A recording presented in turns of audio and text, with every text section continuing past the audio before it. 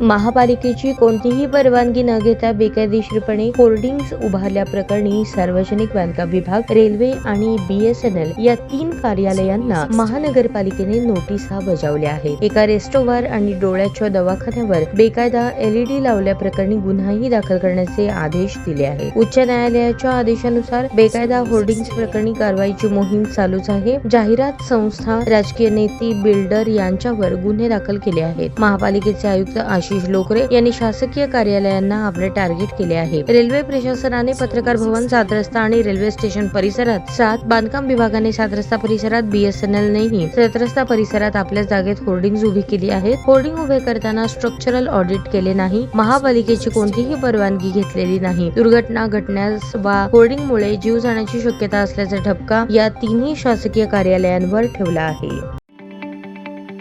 ताज्या बातम्या पाहण्यासाठी प्राईम महाराष्ट्र न्यूज चॅनलला सबस्क्राईब करा।